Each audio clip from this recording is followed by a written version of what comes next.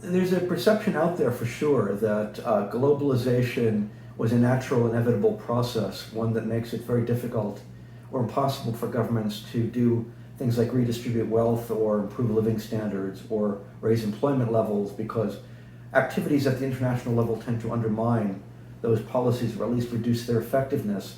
What I found is that that's not really what happened. What happened was there was an orchestration of a particular kind of globalization that was designed to constrain the ability of governments to ameliorate wealth inequality, and that was an intentional act, directed in particular by a group of economists led by Milton Friedman and Friedrich von Hayek, with massive corporate backing. I think people often forget how much these economists were very heavily backed by business interests who sought to increase their impact and their influence at the public and policy levels.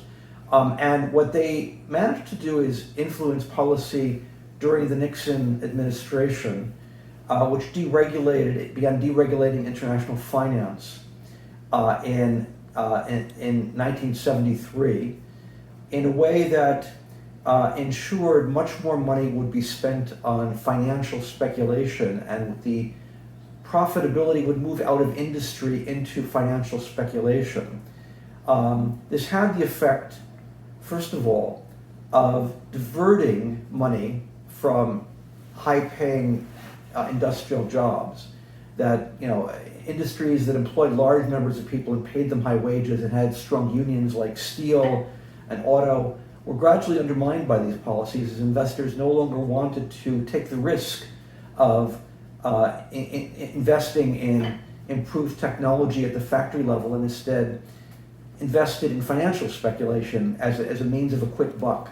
There was also the benefit of the government bailout. If investments went bad, if speculation went badly, as they often did, the government would often bail them out. Now, in principle, of course, Milton Friedman is against these kinds of bailouts. In practice, he advocated policies that ensured bailouts would occur at public expense, of course.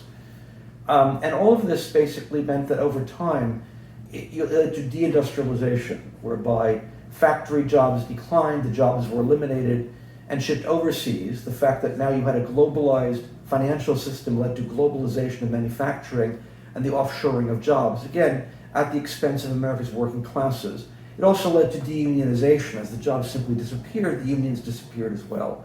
And instead you went, to put it crudely, from somebody making high wages with a union job as a sort of skilled steel worker to their children flipping burgers at McDonald's and things like that. That's an oversimplification, but that in essence, a lot of that was what was going on here.